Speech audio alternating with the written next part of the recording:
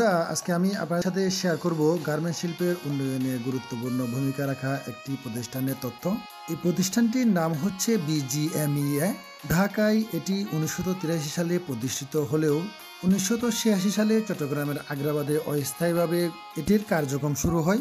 পরবর্তীতে 2011 সালে দক্ষিণ খুলশীর জাউতলায় 13 তলা বিশিষ্ট এটির নিজস্ব ভবনে এর কার্যালয় স্থানান্তরিত হয়।